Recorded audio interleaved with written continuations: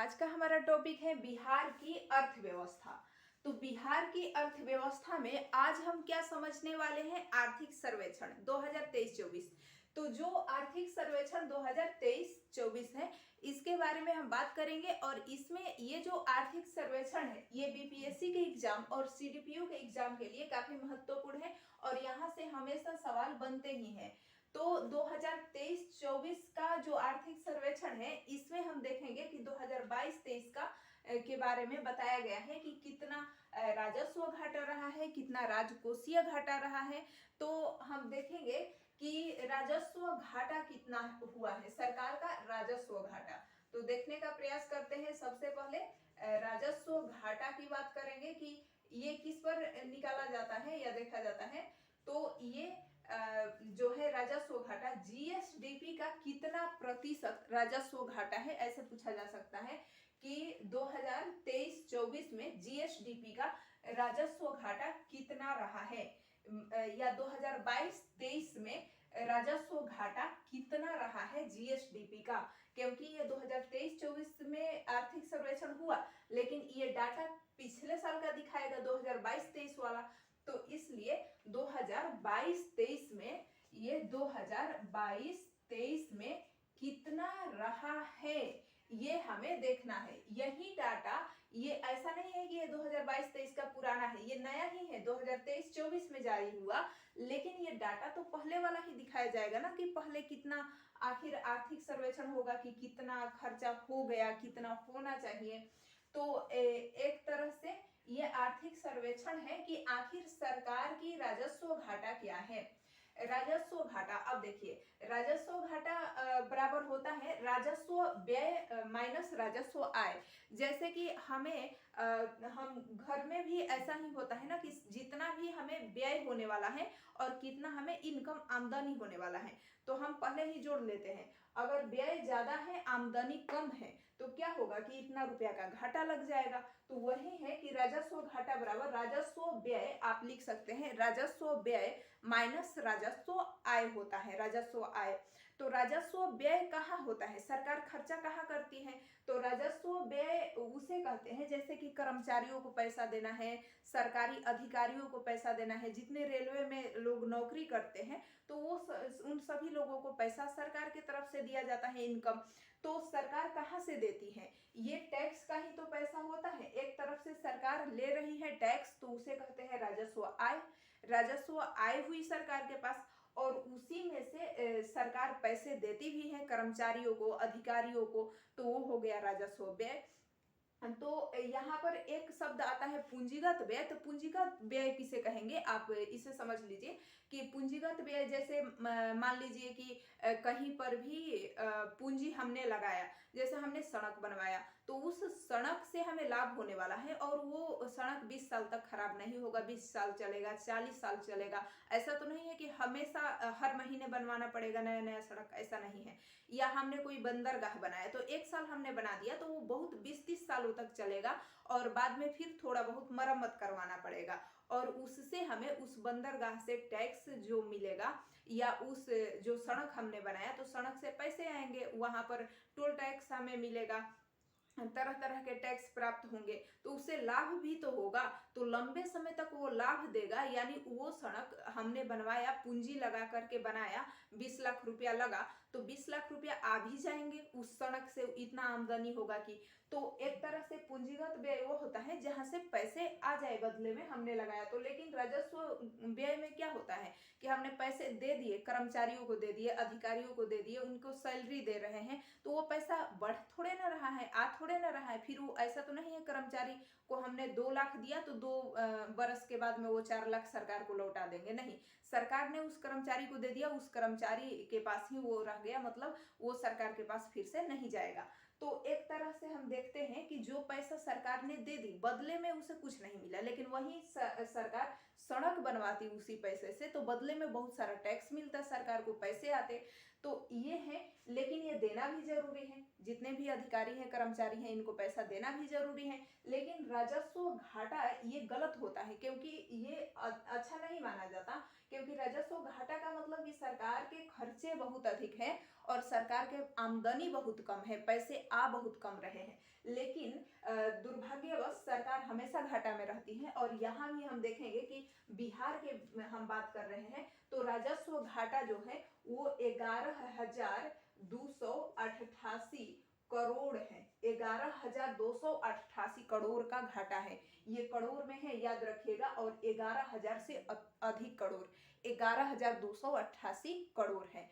और कुल जीएसडीपी जो है हमारा, मतलब कुल पैसा जो है राज्य का, तो उसमें इसका ये कितना घाटा है, तो 1.5%,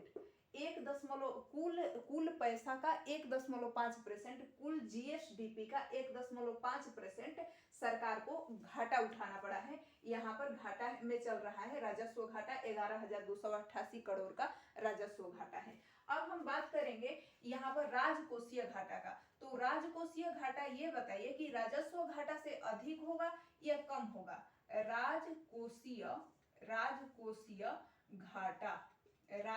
घाटा, तो जो राजकोषीय घाटा होगा,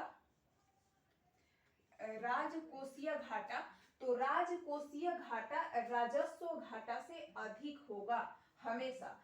यहाँ पर 11,288 करोड़ है और राजकोषीय घाटा ये 44,000, कितना है राजकोषीय घाटा, आप याद रखेंगे 44,823 करोड़। कितना है 44, इसके चौगुना 44,000, ये 2 के चौगुना 8 होगा, 44,000 और 11 के चौगुना 44, तो 44,823 रुपया, 44,823 रुपया लगभग इसके चौगुना राजकोषीय घाटा है राजस्व घाटा का।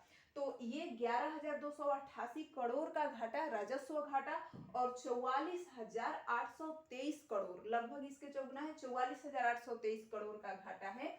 और ये जो है ये राजकोषीय घाटा है और ये 6% है। कितना परसेंट है, 6% है। तो राजकोषीय घाटा 6% है, या इसे आप कहीं कहीं देखेंगे 6.0% लिखा रहेगा, 6.0%। तो ये 6% ही कहलाता है, 6.0% को। तो राजकोषीय घाटा 44,823 करोड़, राजस्व घाटा 11,288 करोड़। और ये 1.5% कुल जीएसडीपी का, किसका है, तो जीएसडीपी का 6% राजकोषीय घाटा, जीएसडीपी का 1.5% राजस्व घाटा। अब यहाँ पर हम देखेंगे एक और हमें मिलता है प्राथमिक घाटा, प्राथमिक घाटा।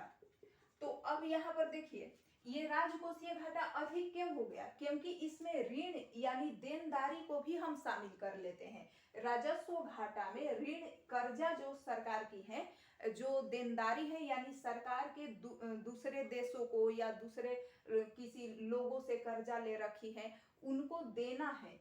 तो कितना देना है यानी बकाया रह गया है। हम कहते हैं ना कि अभी कहीं से सामान खरीदते हैं तो 40 रुपया बकाया रह गया है, यानी देनदारी है, हमें देना पड़ेगा उतना। तो इसमें वो जो देने वाला पैसा है, जो ऋण है, सरकार के ऊपर कर्जा है, देनदारी है, या सरकार का जो हम कह सकते हैं कि देनदारी है, तो वो भी इसमें जुड़ा होता है। इसलिए, और आपको पता है कि ऋण ही अत्यधिक सरकार पर एक तरह से कर्जा का बोझ है, ज्यादातर कर्जा देना होता है, तो इसमें ऋण भी जुड़ा हुआ है, इसलिए ये 44,823 करोड़ हो गया, ज्यादा हो गया। तो राजकोषीय घाटा में क्या होता है कि जो कर्जा होता है, ऋण यानी देनदारी, जो पैसा देना है किसी को, वो पैसा कितना देना है वो भी इसमें जोड़ दिया जाता है कि इतना रुपया घाटा, ये राजकोषीय घाटा में, वो भी एक तरह से जो ऋण लिए हैं राजकोषीय घाटा का ही हिस्सा होता है। और यहाँ पर प्राथमिक घाटा क्या होता है, तो प्राथमिक घाटा आप याद रखेंगे कि जो ब्याज है, ब्याज, तो इसमें से मतलब हम क्या करते हैं कि जो बजटीय घाटा है, तो बजटीय घाटा कुल व्यय माइनस कुल आय बराबर बजट घाटा होता है। तो बजट घाटा में से ही ये प्राथमिक घाटा भी होता है। बस उसमें क्या किया जाता है कि प्राथमिक घाटा में इसमें ब्याज जो होता है, ब्याज, तो ब्याज को जो हम एक तरह से देखेंगे कि सरकार ने ऋण ली, तो ऋण पर लगने वाला ब्याज जो है वो अलग से सरकार को तो देना ही पड़ेगा। अब इस ऋण पर जितना ब्याज होगा तो वो ब्याज भी सरकार को देना होता है। तो इसमें क्या होता है कि ब्याज को प्राथमिक घाटा में ब्याज को घटा देते हैं। इसमें ब्याज भी शामिल है, ऋण पर जो लगने वाला ब्याज है, अगर ब्याज को खत्म कर देंगे तो वो प्राथमिक घाटा कहलाएगा। इसमें ब्याज नहीं जुड़ा होता है तो वो प्राथमिक घाटा हो गया कि प्राथमिक घाटा इतना है, मतलब ब्याज को हमने निकाल दिया। हमने सिर्फ क्या रखा इसमें, प्राथमिक घाटा का मतलब कि जो देनदारी है उसको रखा, जो राजस्व घाटा है उसको रखा, लेकिन हमने क्या किया कि जो ब्याज के पैसे हैं सरकार को देने पड़े हैं उसको निकाल दिए। तो ब्याज को इसमें से प्राथमिक घाटा में से आप लिखेंगे कि ब्याज को निकाल दिया जाता है। तो आखिर प्राथमिक घाटा कितना रहा है, तो 29,640 करोड़ कितना रहा है, 29,640 करोड़ का रहा है, 29,640 करोड़, ये 29,640 करोड़ रहा है, 29,640, ये 11,000, 44,000, ये 29,000, 29,640 करोड़ रुपया। प्राथमिक घाटा कितना है सरकार का, 29,640 करोड़, 29,640 करोड़ का ये घाटा है, 29,640 करोड़। आप उसे स्क्रीनशॉट ले सकते हैं या लिख सकते हैं, 29,640 करोड़ रुपया है। अब ये 3.9% होगा, कितना हो जाएगा ये, 3.9%, 3.9% हो जाएगा। ये प्राथमिक घाटा कितना है, 3.9%, 3.9%, 29,640 रुपया, 29,640 रुपया, 3.9% जीएसडीपी का प्राथमिक घाटा है। तो हमने देख लिया सरकार जो है घाटे में चल रही है और कितना कितना सरकार को घाटा लगा है या घाटा है। अब हम देखेंगे कि जो सकल राज्यगत मूल्यवर्धन में विभिन्न क्षेत्रों का योगदान, मूल्यवर्धन, मूल्यवर्धन क्या होता है, मूल्यवर्धन में विभिन्न क्षेत्रों का योगदान, विभिन्न क्षेत्रों का योगदान, मूल्यवर्धन में विभिन्न क्षेत्रों का योगदान, मतलब मूल्यवर्धन में विभिन्न क्षेत्रों का योगदान। यहाँ पर क्या होगा कि प्राथमिक क्षेत्र का मूल्यवर्धन में प्राथमिक क्षेत्र का योगदान कितना रहा है, द्वितीयक क्षेत्र का योगदान कितना रहा है, और तृतीयक क्षेत्र का योगदान कितना रहा है। हमें यही देखना है ना, प्राथमिक क्षेत्र का योगदान, द्वितीयक क्षेत्र का योगदान और तृतीयक। तो ये 19.97%, 19.97% प्राथमिक क्षेत्र का योगदान रहा है जीएसडीपी में, gross state domestic product, GSDP, gross state domestic product यानी जीएसडीपी में प्राथमिक क्षेत्र का योगदान कितना रहा है, 19.97%, 19.97%। द्वितीय क्षेत्र का मूल्यवर्धन में ये योगदान पूछा जा रहा है। मूल्यवर्धन का मतलब आप समझते होंगे, नहीं समझते होंगे तो बता दे रहे हैं। मूल्यवर्धन का मतलब क्या हुआ यहाँ पर कि मूल्यवर्धन का मतलब होता है कि मूल्य को बढ़ाना। जैसे कि प्राथमिक क्षेत्र कृषि हो गया, मान लेते हैं प्राथमिक क्षेत्र में क्या आता है, कृषि पशुपालन। द्वितीय क्षेत्र में जो उद्योग है वो आएगा। तृतीय क्षेत्र में जो जैसे तृतीय क्षेत्र में सेवा क्षेत्र इसे बोलते हैं, क्योंकि जो प्राथमिक द्वितीय क्षेत्र को सेवाएं प्रदान करे, जैसे कि यहाँ बिजली पहुंचाना या जो सड़क हो गया, रेल हो गया, ये सभी ट्रेन चलाना, कोई भी वाहन चलाना, या किसी प्रकार के सेवा देना, जैसे कि कोई टीचर हो गया तो वो भी किस क्षेत्र में, तृतीय क्षेत्र का हो गया, क्योंकि वो सेवा दे रहा है। हम टीचर हैं तो हम सेवा दे रहे हैं। ऐसा थोड़े ना है कि कोई वस्तु यहाँ पे नहीं दिया जा रहा है। प्राथमिक क्षेत्र में क्या है कि यहाँ धान गेहूं या जो भी होता है तो वो एक वस्तु है, वस्तु का उत्पादन हो रहा है। यहाँ क्या उत्पादन हो रहा है, सेवा का। सेवा का, जैसे एक टीचर पढ़ा रहा है तो वो सेवा हो गया, तो यहाँ तृतीय क्षेत्र कहते हैं। तो प्राथमिक क्षेत्र में जो कृषि और पशुपालन होता है उसमें मूल्यवर्धन का मतलब क्या हुआ, जैसे गेहूं है तो उसको ज्यादा लंबे समय तक हम नहीं रख सकते और उसकी क्वालिटी खराब है। जैसे कि गेहूं, 1 kg गेहूं मान लेते हैं 12 रुपया केजी है, तो 12 रुपया में 1 kg गेहूं बिक रहा है। लेकिन वही हमने क्या किया कि थोड़ा सा गेहूं उठाया, आधा केजी, और उसका बिस्किट बना दिया, तो वो बिस्किट जो 12 रुपया में 1 kg गेहूं बिकता था, उसका 12 रुपया 1 kg गेहूं का हम बिस्किट बनाए, तो वो 12 रुपया के जगह पर कितना हो गया, 1200 रुपया हो गया। वो बिस्किट कितना में बिकेगा, 1200 रुपया। हमने क्या किया, हमने वही गेहूं था, बस हमने उसका मूल्यवर्धन कर दिया और वो 1200 का बना दिया, मतलब बिस्किट बना दिया, उसके गुणवत्ता को बढ़ा दिया, उस आटे जो वो गेहूं था उसके गुणवत्ता को बढ़ा दिया और लंबे समय तक चलेगा भी और बिकेगा भी खूब।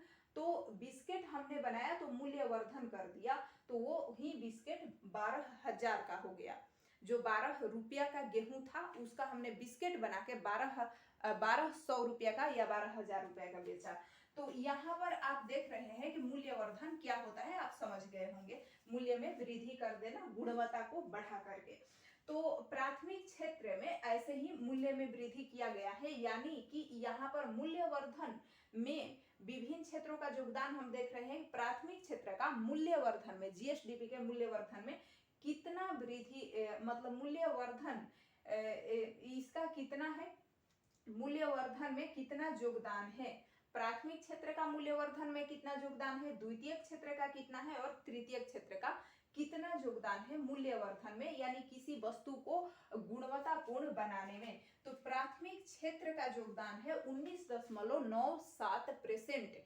कितना है, 19.97%। और किसी वस्तु के मूल्य को बढ़ाने में द्वितीय क्षेत्र का भी योगदान रहता है, जिसमें हम देखेंगे कि फैक्ट्रियों में ही तो बिस्किट बनेगा ना, द्वितीय क्षेत्र में ही आ जाएगा। तो इसका योगदान क्या रहता है, जैसे मान लेते हैं हमने गेहूं उठाया प्राथमिक क्षेत्र से और उसका हमने पैकेजिंग की और बिस्किट बनाया द्वितीय क्षेत्र में आकर के, जो हमने फैक्ट्री बैठाया बिस्किट का, तो द्वितीय क्षेत्र में आ गया। और हमने उस बिस्किट को ले जाकर कहीं दूर बेचा, तो वो बेचने का काम जो करेगा, यानी जो गाड़ी चला के ले जाके बेचेगा, तो वो हो गया तृतीय क्षेत्र।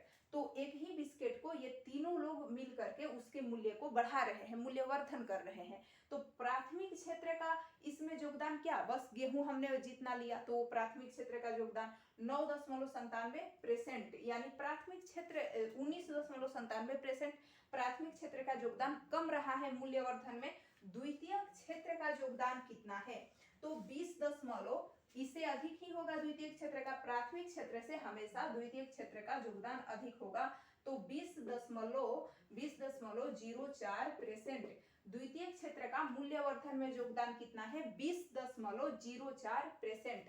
और तृतीय क्षेत्र का मूल्यवर्धन में योगदान 59.98%। कितना है, 59.98%। तृतीय क्षेत्र का योगदान कितना है, 59.98%।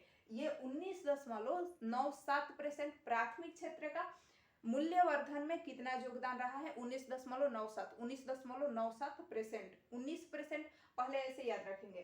प्राथमिक क्षेत्र का 19%, द्वितीय क्षेत्र का 20%, तृतीय क्षेत्र का लगभग 60%। 19, 20 और तृतीय का लगभग 60%। अब हम देखते हैं सही डाटा। तो यहाँ पर 19.97%, पहला क्या है, 19.97%, लगभग ये भी 20% पहुंच जाएगा। तो 19.97% पहला जो है 19.97%, ऐसे ही याद रखना पड़ेगा क्योंकि ऐसे ही पूछेगा परीक्षा में। तो प्राथमिक क्षेत्र का मूल्यवर्धन में योगदान कितना है, तो 19.97%, ये परसेंट में ही देगा। 19.97% पूरा याद रखना होगा, 19.97% है। द्वितीय क्षेत्र का कितना योगदान है, तो 20.04%। द्वितीय क्षेत्र का कितना योगदान रहा है, 20.04%। और तृतीय क्षेत्र का कितना योगदान रहा है, तो 59.98%। 59.98%। तृतीय क्षेत्र का 59.98% सबसे अधिक है। इसके ये तो 19% और ये 20%, लगभग दोनों 20% के आसपास हैं। ये भी 20% ही हो जाएगा, 19.97% है तो, और ये तो 20.04% है ही। और ये जो है ये 59.98% यानी 60% के लगभग बराबर, यानी तृतीय क्षेत्र का सबसे अधिक मूल्यवर्धन में किसका योगदान, तृतीय क्षेत्र का। कितना, 59.97 या लगभग 60%। तो 59.98%, ऐसे 59.98% तृतीय क्षेत्र का योगदान रहा है। लगभग 60% भी अगर देगा ऑप्शन में, 59.98 नहीं दिया तो 60% लगभग हो जाएगा, या 59.98% ऐसे पूरा दिया है ऑप्शन में तो यही होगा 59.98% इसका योगदान रहा है। अब हमने देख लिया राजस्व घाटा, राजकोषीय घाटा कितना है सब। यहाँ पर आप इसे स्क्रीनशॉट लेना चाहें तो ले सकते हैं। इसके बाद में हम बात करेंगे फिर 2022-23 में जो त्वरित अनुमान है, अनुमान में मौद्रिक प्रति व्यक्ति आय कितना है। मौद्रिक प्रति व्यक्ति आय 59,637 रुपया। बिहार का प्रति व्यक्ति आय क्या है, 59,637 रुपया प्रति व्यक्ति आय है। 59,637 रुपया प्रति व्यक्ति आय बिहार का कितना है, 59,637 रुपया। और यदि हम देखें सबसे अधिक प्रति व्यक्ति आय तो पटना का है, सबसे कम प्रति व्यक्ति आय शिवहर का। वैसे भी पटना की आबादी सबसे अधिक है और शिवहर की आबादी सबसे कम है, शिवहर का क्षेत्रफल भी सबसे कम है।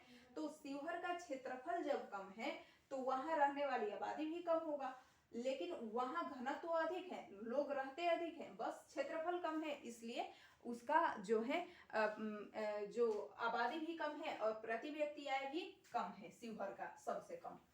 तो यहाँ पर हम प्रति व्यक्ति आय देखेंगे, बिहार का प्रति व्यक्ति आय क्या रहा है, तो 60,000 से कम है, 60,000 से कम है। 59,637 रुपया एक व्यक्ति कितना कमा रहा है, 59,637 रुपया एक व्यक्ति। बिहार में प्रत्येक व्यक्ति की आमदनी है 59,637 रुपया, 59,637 रुपया, ये याद रख जाएगा, 59,637 रुपया। अब प्रति व्यक्ति आय है, सबसे अधिक प्रति व्यक्ति आय, सबसे अधिक प्रति व्यक्ति आय वाला जिला कौन सा है, प्रति व्यक्ति आय वाला राज्य, आय वाला जिला, सबसे अधिक प्रति व्यक्ति आय वाला जिला, ऐसे लिख लेंगे आप। सबसे अधिक प्रति व्यक्ति आय वाला जिला कौन सा है, पटना। पटना सबसे अधिक प्रति व्यक्ति आय वाला जिला पटना, सबसे अधिक शहरीकरण भी यही है, सबसे अधिक आबादी भी यही के है।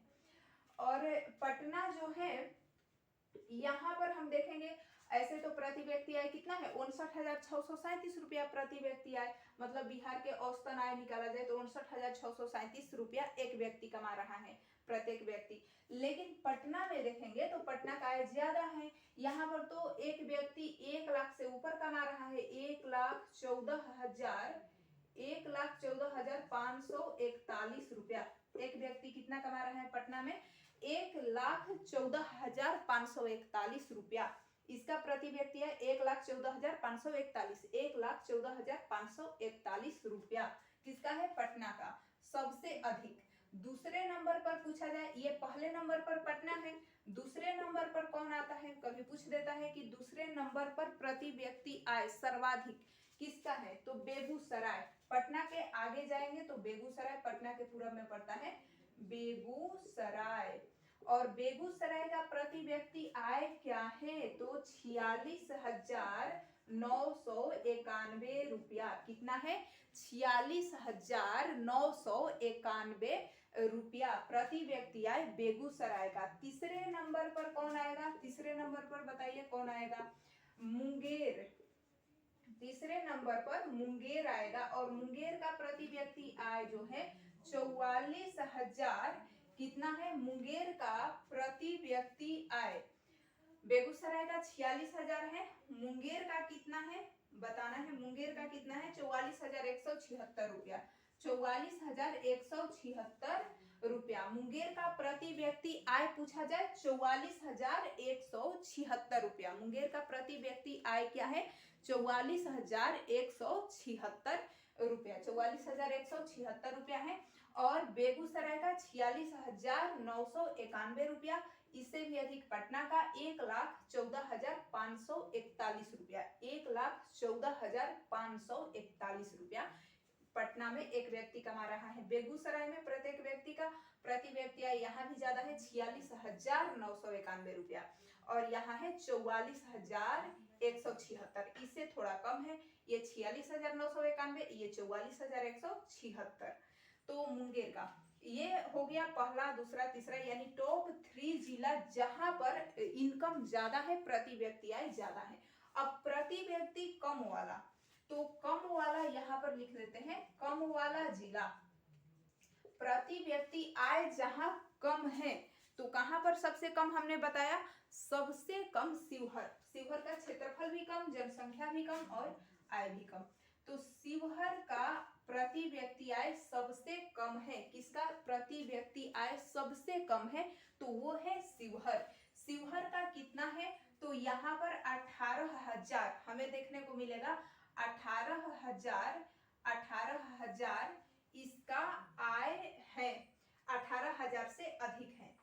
तो कितना होगा इसका, 18,980 रुपया। 18,980 रुपया। शिवहर का प्रति व्यक्ति आय कितना है, 18,980 रुपया है।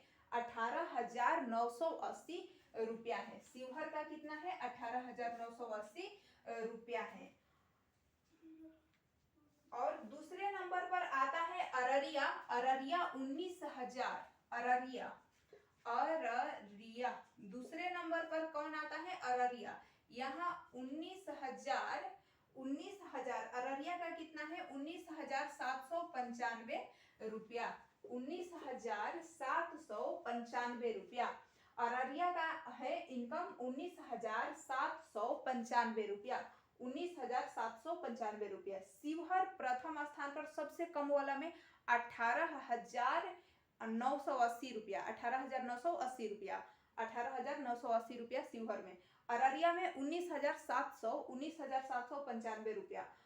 अररिया का प्रति व्यक्ति आय 19,795 रुपया। 19,795 रुपया। 19,795 रुपया।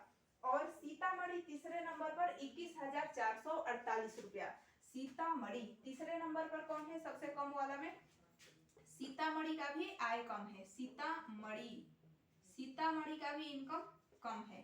तो कितना है, ये 19,795 रुपया है। सीतामढ़ी का कितना है, इससे थोड़ा अधिक होगा। सीतामढ़ी का इससे थोड़ा अधिक होगा।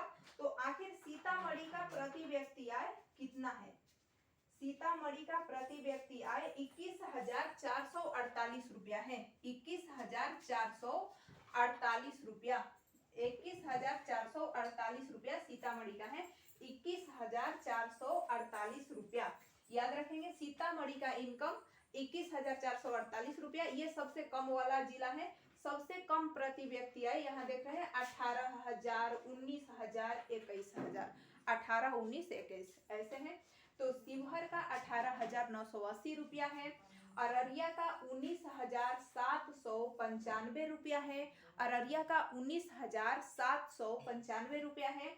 सीतामढ़ी का प्रति व्यक्ति आय 21,448 रुपया है।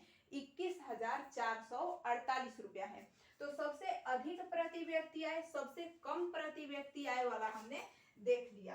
अब हम देखेंगे कि आखिर 2024-25 के बजट में अनुमान जो लगाया गया है, इसमें 2024-25 की बजट की बात करेंगे। अब मतलब अनुमान वाला बात करेंगे। आर्थिक सर्वेक्षण में जो अनुमान है, अनुमान तो अभी कितना खर्चा होने वाला है 2024-25 में, इसका तो अनुमान ही किया जा सकता है। ये क्या था, कितना खर्चा हो चुका है हमने वो देखा। तो वो 2022-23 में कितना खर्चा 2022-23 में कितना खर्चा हुआ है वो 2023-24 में बताया गया कि 2022-23 में कितना खर्चा हुआ है। और आगे 2024 के बाद में 2024-25 में कितना खर्चा होने वाला है, तो वो कहते हैं अनुमान बजट।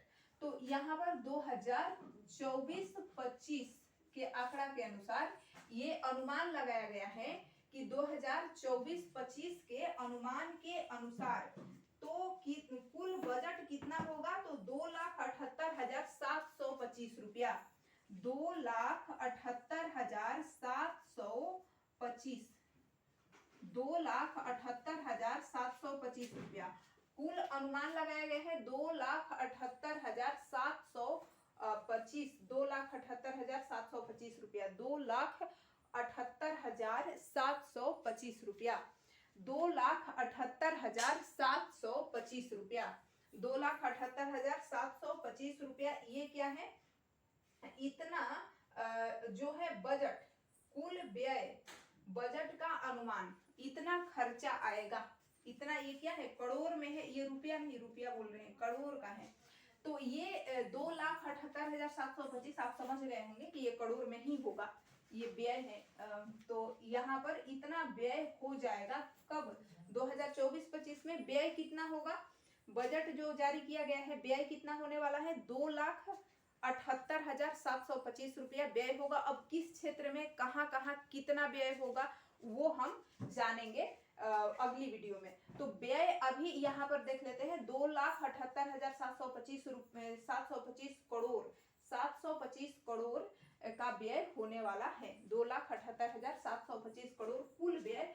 अब जो भी काम होगा इसी में से होगा, 2,78,725 करोड़ कुल मिला के हैं। लेकिन ये कितना अधिक है पिछले साल की तुलना में, तो 16,840.32 करोड़। ये 16,000 पिछले साल की तुलना में 16,832, 16,000 ये कितना है, तो आप देखेंगे 16,840.32 करोड़, 16,840.32 करोड़, 16,840.32 करोड़ अधिक है पिछले साल की तुलना में। ये जो 2,78,725 करोड़ है, 2,78,725 करोड़, ये पिछले साल की तुलना में 16,840.32 करोड़ अधिक है, 16,840.32 करोड़ अधिक है, 16,840.32 करोड़ ये अधिक है, यानी 16,840 लगभग 17,000 ये पिछले साल की तुलना में अधिक व्यय होने वाला है, ये अनुमान लगाया गया है। तो यहाँ पर अब हम क्या देखेंगे कि जो सरकार के पास पैसा आता है तो कहाँ से आता है और सरकार कहाँ पर खर्चा करने वाली है या कर रही है। तो सरकार के पास कहाँ से कितना पैसा आता है और सरकार कहाँ पर पैसा खर्च करती है, ये हम जानेंगे।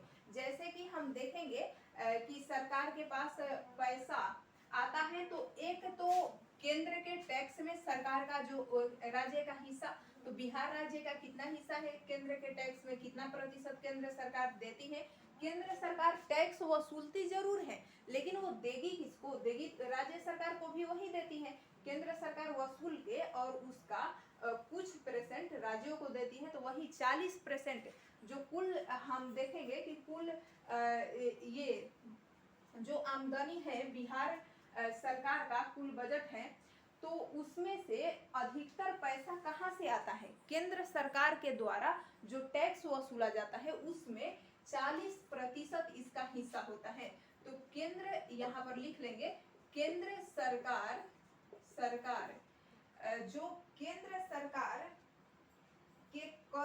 राज्य का अंश, केंद्र या केंद्र के करों में, यहाँ पर केंद्रीय इसे कहेंगे, केंद्र करों में राज्य का अंश कितना है, राज्य का अंश, केंद्र करों में राज्य का अंश, केंद्र करों में राज्य का अंश, तो 40%, लगभग कितना 40.52%, 40.52%, 40.5%, तो 40.52% जो है, 40.52%, 40.52% वो केंद्र करों में राज्य का अंश है, यानी केंद्र जो टैक्स वसूलता है उससे राज्य सरकार को 40% प्राप्त होता है पैसा, वहां से 40.52%, 40.52%। बाकी के 60% कहाँ से आते हैं, तो ये हम देखेंगे कि राज्य सरकार भी तो कर वसूलती है, तो राज्य सरकार के कर राजस्व, राज्य सरकार के कर राजस्व, राज्य सरकार के कर राजस्व, तो जो राज्य सरकार का कर राजस्व होता है वो हम देखेंगे कि राज्य सरकार का कर राजस्व कितना है, राज्य सरकार का कर राजस्व कितना है, 19.47%, 1947 करके याद कर सकते हैं। राज्य सरकार का खुद का टैक्स कितना वसूलती है, राज्य सरकार के कर राजस्व कितना है, तो 19.47%, 19.47%, ये कितना है 40.52, इसके लगभग दोगुना, ये 19 यानी 20 मान के चले तो ये 40 से अधिक है ना, तो दोगुना हो गया। तो केंद्र करों में राज्य का अंश अधिकतर है, इसके दोगुना है, राज्य के कर के दोगुना केंद्र से जो टैक्स वसूला जाता है उससे प्राप्त होता है। केंद्र करों में बिहार राज्य का अंश 40.52% है, 40.52% है, वहीं से पैसा आता है। और राज्य सरकार खुद का राजस्व जो वसूलती है, राजस्व कर राजस्व, तो वो 19.47% इससे प्राप्त होता है, यहाँ से पैसा 19.47%, तो सरकार के पास ये पैसा आता है। और कहाँ से पैसा आता है सरकार के पास, तो केंद्र सरकार से सहायता अनुदान भी तो मिलते हैं, केंद्र सरकार से सहायता अनुदान, केंद्र सरकार से सहायता अनुदान, तो केंद्र सरकार से सहायता अनुदान मिलता है, वो कितना मिलता है, केंद्र सरकार से सहायता अनुदान कितना मिलता है, तो वो देखेंगे हम कि केंद्र सरकार से सहायता अनुदान, राज्य सरकार को कुछ अनुदान भी मिलते हैं। अनुदान ये सभी राज्यों को बराबर नहीं मिलते हैं, ये केंद्र सरकार के विचार पर निर्भर करता है कि वो किस राज्य को कितना अनुदान देगी। जैसे कि कोई गरीब राज्य है तो उसे ज्यादा अनुदान देगी सरकार, केंद्र सरकार, और कोई कमजोर राज्य है तो उसे कम अनुदान मिलेगा। तो ये केंद्र सरकार से सहायता अनुदान बिहार को कितना मिलता है, तो बिहार में ये पैसा आता है, जो केंद्र सरकार के सहायता अनुदान है वो हम देखेंगे 18.70%, ये 18% यहाँ से भी आ जाता है। लगभग जितना राज्य सरकार के कर राजस्व है, जितना राज्य सरकार खुद से टैक्स वसूलती है 19.47%, उससे थोड़ा ही कम तो है, तो केंद्र सरकार से उतना तो सहायता अनुदान मिल जाता है, मतलब ज्यादा पैसा तो केंद्र से ही आ रहे हैं। तो 18.70% तो सहायता अनुदान है, 18.70% सहायता अनुदान है। यहाँ भी हमने देखा केंद्र में करों का जो केंद्र करों में राज्य का अंश ज्यादा है 40.52%, और ये राज्य का खुद का 19.47% राजस्व कर है, ये कम है 19.47%। ये कभी भी राज्य सरकार के कर राजस्व कम ही होते हैं, 19.47% है इसका हिस्सा। और ये केंद्र सरकार से सहायता अनुदान 18.70%, मतलब ये राज्य कर से थोड़ा कम है। अब लोक ऋण 18.53%, तो लोक ऋण जितना सहायता अनुदान है उतना लोक ऋण, यानी लोगों से लिए गए कर्ज, सरकार लोगों से भी कर्जा लेती है, तो लोक ऋण कितना है, तो यहाँ पर सरकार जो लोक ऋण यानी कर्जा ले रखी है उसका भी 18.53% ये। और केंद्र सरकार जो सहायता अनुदान देती है राज्यों को वो भी हम देख रहे हैं 18.70%। ये लोक कर भी लगभग उसके बराबर है, ये भी 18.53%। तो ये 18.70% है, ये 18.53% है। मतलब लोक ऋण भी काफी अलग है, अधिक है। जितना केंद्र सरकार अनुदान देती है उसके बराबर है लगभग। ये भी 18% है, ये भी 18%। वैसे ये थोड़ा अधिक है, 18.70% अनुदान मिलता है, और लोक ऋण 18.53% है। लोक ऋण 18.53% है। तो अब हम देखेंगे, ये तो लोक ऋण हो गया। इसके बाद में राज्य का कर भिन्न राजस्व 2.63%। राज्य का कर भिन्न राजस्व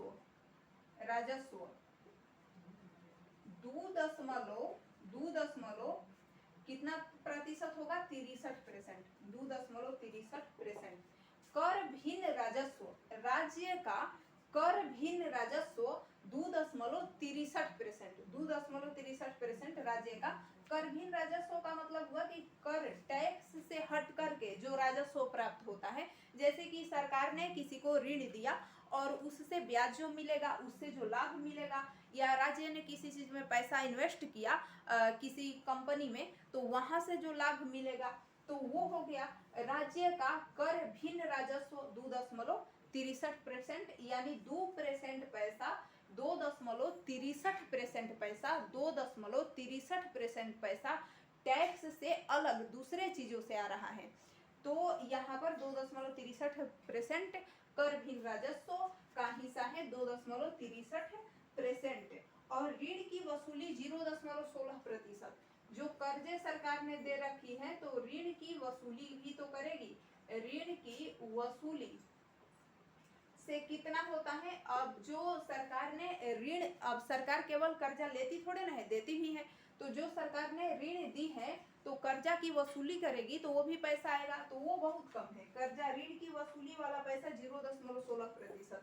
0.16% ऋण की वसूली से कितना पैसा आता है? 0.16% जो पैसा है वह कर्जे की वसूली से, वो ऋण की वसूली से आ रहा है। तो आप याद रखेंगे कि ऋण की वसूली से कितना पैसा आ रहा है सरकार के पास? 0.16%। सबसे कम ऋण की वसूली से 0.16%। और कर भिन्न राजस्व से 2.63% जो है, ये टैक्स से नहीं, टैक्स के अलावा कुछ अन्य चीजों से, जैसे कि ये ऋण पर ब्याज जो सरकार ली, या कहीं पर सरकार ने पैसा लगाया, वहां से पैसा मिला उसके बदले में, तो वो कर भिन्न राजस्व से 2.63% है। बाकी सब कर से आता है। इसमें आप देख रहे हैं ना, केंद्र सरकार सहायता अनुदान देती है राज्यों को, तो ये भी केंद्र कहाँ से दे रही है? केंद्र सरकार के पास जो पैसे हैं वो टैक्स का ही तो है। तो केंद्र सरकार सहायता अनुदान भी देती है राज्यों को। तो 18%, इसका 18.53%, लगभग 18.5%। इसका हिस्सा 18.70% जो है, 18 केंद्र सरकार में सहायता अनुदान कितना मिलता है? 18.70%। तो सहायता अनुदान मिल जाता है। और लोक ऋण, यानी लोगों के जो लोक ऋण है, लोक ऋण से भी पैसा मिलता है 18.53% लोक ऋण। 18.53% लोक ऋण से, 18.53% लोक ऋण से। वहीं केंद्र सरकार से सहायता अनुदान से 18.70% पैसा आ रहा है। राज्य सरकार के कर राजस्व से 19.47%। राज्य सरकार के कर राजस्व से 19.47%। बाकी ये केंद्र, जो केंद्र अपने कर का हिस्सा, जो राज्यों का कर का हिस्सा है केंद्र में, केंद्र वसूलती है लेकिन देती है राज्यों को, तो वो जो केंद्र करों में राज्य का हिस्सा, केंद्र करों में राज्य का अंश 40.52% केंद्रीय करों में राज्य का हिस्सा है। और जो राज्य सरकार का खुद का है, तो वो हम देख ही रहे हैं कि वो कितना है, खुद का राजस्व 19.47% है। और केंद्र सरकार से सहायता अनुदान कितना मिलता है? केंद्र सरकार से सहायता अनुदान 18.70%, जबकि लोक ऋण भी लगभग 18.53% है। और राज्य का कर भिन्न राजस्व की बात करें यदि, तो ये 2.63%। और ऋण की वसूली 0.16%, सबसे कम ऋण की वसूली से पैसा। तो ये हमने देखा कि कहाँ से पैसा आ रहा है, कहाँ से सरकार के पास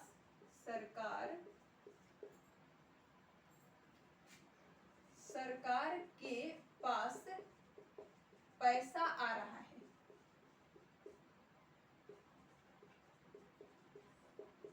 कहां से सरकार के पास पैसा आ रहा है।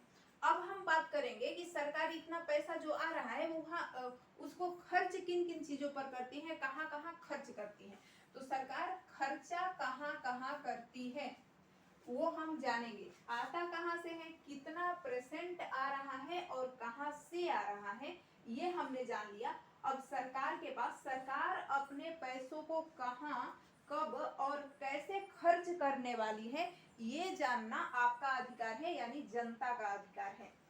तो यहाँ पर हमारे यहाँ जवाबदेह सरकार है, इसलिए अंग्रेजों को हमने अंग्रेजों का क्रिटिसाइज क्यों किया, क्योंकि वो ये सब बजट के बारे में जानकारी नहीं देते थे। लोगों को क्या मतलब है बजट से, उनका कहना ये था कि हम कितना पैसा कहाँ खर्च किए ये लोगों को नहीं बताएंगे, लेकिन वो आपका पैसा है, हम लोग टैक्स भरते हैं, तो वो सरकार नहीं बताएगी, तो ये तो अन्याय हुआ जनता के साथ। तो इसलिए बताना जरूरी है कि हमारा पैसा सही जगह पर सही तरीके से खर्च हो रहा है या नहीं, क्योंकि हम टैक्स दे रहे हैं, तो इसलिए जो पैसा हम दे रहे हैं उसको जानने का हमारा हक है। अब हम देखेंगे कि सामाजिक सेवा में ये रुपया कहाँ जाता है। रुपया सरकार के पास से कहाँ जाता है, हमने देखा कहाँ से आता है, अब देखेंगे कि ये रुपया कहाँ जाता है। तो सबसे अधिक लोक सेवा में कहाँ जाता है, सबसे अधिक लोक सेवा में, जैसे कोई फील्ड बनाना है, सड़क बनानी है, नली गली बनाना है, तो ये लोक सेवा हो गया। तो लोक सेवा में सबसे अधिक पैसा 38.89%। कितना प्रतिशत लोक सेवा में पैसा जा रहा है, 38.89% जो पैसा है वो हमारा लोक सेवा में जा रहा है, यहाँ पर मतलब खर्चा हो रहा है। फिर सामान्य सेवाएं होती है, सामान्य सेवाएं। तो सामान्य सेवाओं में कितना, लोक सेवा में 38.89%, सामान्य सेवा में 29.95%, लगभग इसके आधा, 29.95%। लोक सेवा में सबसे अधिक कितना परसेंट, 38.89%, 38.89% या 39-40 के लगभग। तो 39-40% के लगभग ऐसे कह सकते हैं लोक सेवा में खर्चा हो रहा है, लगभग 40%। लेकिन हमें याद रखना है 38.40 से कम है, 38.89% ही है, 38.89%, 38.89%। लोक सेवा में कितना खर्चा, 38.89%। सामान्य सेवा में कितना खर्चा, 29.95%, 29.95%। सामान्य सेवा में कितना खर्चा है, 29.95%। तो लोक सेवा हो गया, सामान्य सेवा हो गया। अब होता है आर्थिक सेवाएं, क्या होता है, आर्थिक सेवाएं। तो आर्थिक सेवाएं, यहाँ पर कितना खर्चा आ रहा है, आर्थिक सेवाओं में कितना, 22.68%, 22.68%, यहाँ पर 22.68%। ऐसे यहाँ 38%, ये 29%, ये 22%। तो 38.89% लोक सेवा में, 38.89 सबसे अधिक, लोक सेवा में कितना, 38.89%। सामान्य सेवा में कितना, 29.95%, 29.95%, 29.95%, ये सामान्य सेवा में। आर्थिक सेवा में कितना, ये 22.68%, 22.68%, 22.68% आर्थिक सेवा में। यहाँ आर्थिक सेवा में कम, 22.68% यहाँ खर्चा होता है। लोक ऋण की वापसी करने में, लोक ऋण से हमने देखा था ना कि पैसा आ रहा है सरकार के पास, लोक ऋण से पैसा कितना आ रहा था, लोक ऋण से सरकार के पास पैसा 18.53% आ रहा था ना। तो लोक ऋण की वापसी करने में जीएसडीपी का कितना प्रतिशत खर्च हो जाता है, तो उतना पैसा वापसी भी तो करना पड़ेगा। जो लोक ऋण से पैसा तो आया, हमने देखा कहाँ से आता है, लेकिन उसे वापसी करना होगा, व्यय उसमें होगा। तो लोक ऋण जब वापस किया जाएगा यानी व्यय किया जाएगा, तो कितना परसेंट, तो ये है 8.03%। कितना व्यय करती है सरकार लोक ऋण को वापस करने में, 8.03%। किसका, जीएसडीपी का 8.03%। 8.03% कुल बजट का।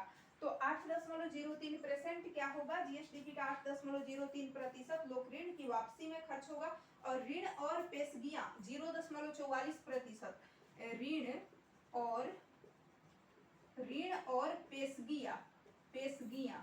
ऋण और पेशगियां यहाँ भी खर्चा हो जाता है ना। ऋण और पेशगियां 0.44%, 0.44% ऋण एवं पेशगियां, मतलब कि ऋण को अन्य कर्जा भी सरकार लेती है, केवल लोगों से ही कर्जा थोड़े न लेती है, अन्य कर्जा भी लेती है, तो अन्य लोगों से, अन्य कंपनी से। तो ऋण और पेशगियों में इसका खर्चा हो जाता है 0.44%।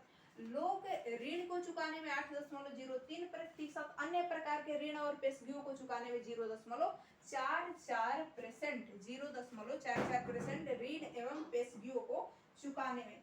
सहायता अनुदान और अंशदान, सहायता अनुदान भी सरकार देती है ना। सहायता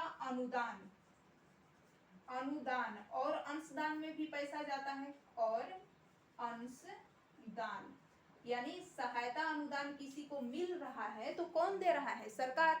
तो सरकार सहायता अनुदान क्यों दे रही है, क्योंकि हमारी सरकार कल्याणकारी सरकार है, सीमित सरकार नहीं है। अंग्रेजों की सरकार सीमित सरकार थी, इसीलिए हमें पसंद नहीं आई अंग्रेजों की सरकार। हमने देखा कि अंग्रेज क्या करते थे, वो केवल शासन चलाते थे सेना के बल पर जबरदस्ती। तो सहायता अनुदान और अंशदान वो इनसे मतलब नहीं था कि जनता खाए बिना मर रही है या क्या, लेकिन हम लोगों की सरकार जो है ये चिंता करती है अपनी जनता की, और इसलिए सहायता अनुदान और अंशदान यहाँ पर दिए जाते हैं। तो सहायता अनुदान में कितना पैसा खर्च होता है, 0.01% सहायता अनुदान में। तो आप देख रहे हैं कि 0.01% पैसा सहायता अनुदान में, बहुत कम पैसा, 0.01% पैसा खर्च हो रहा है बिहार सरकार का, जबकि ऋण और पेशगियों में इससे अधिक 0.44%, और लोक ऋण को वापस करने में उससे भी अधिक 8.03% तो लोक ऋण को वापस करने में चला जा रहा है। और आर्थिक सेवा में 22.68% खर्च हो जाता है, वहीं सामान्य सेवा में 29.95% खर्च हो जाता है, और लोक सेवा में 38.89%, 38.89%।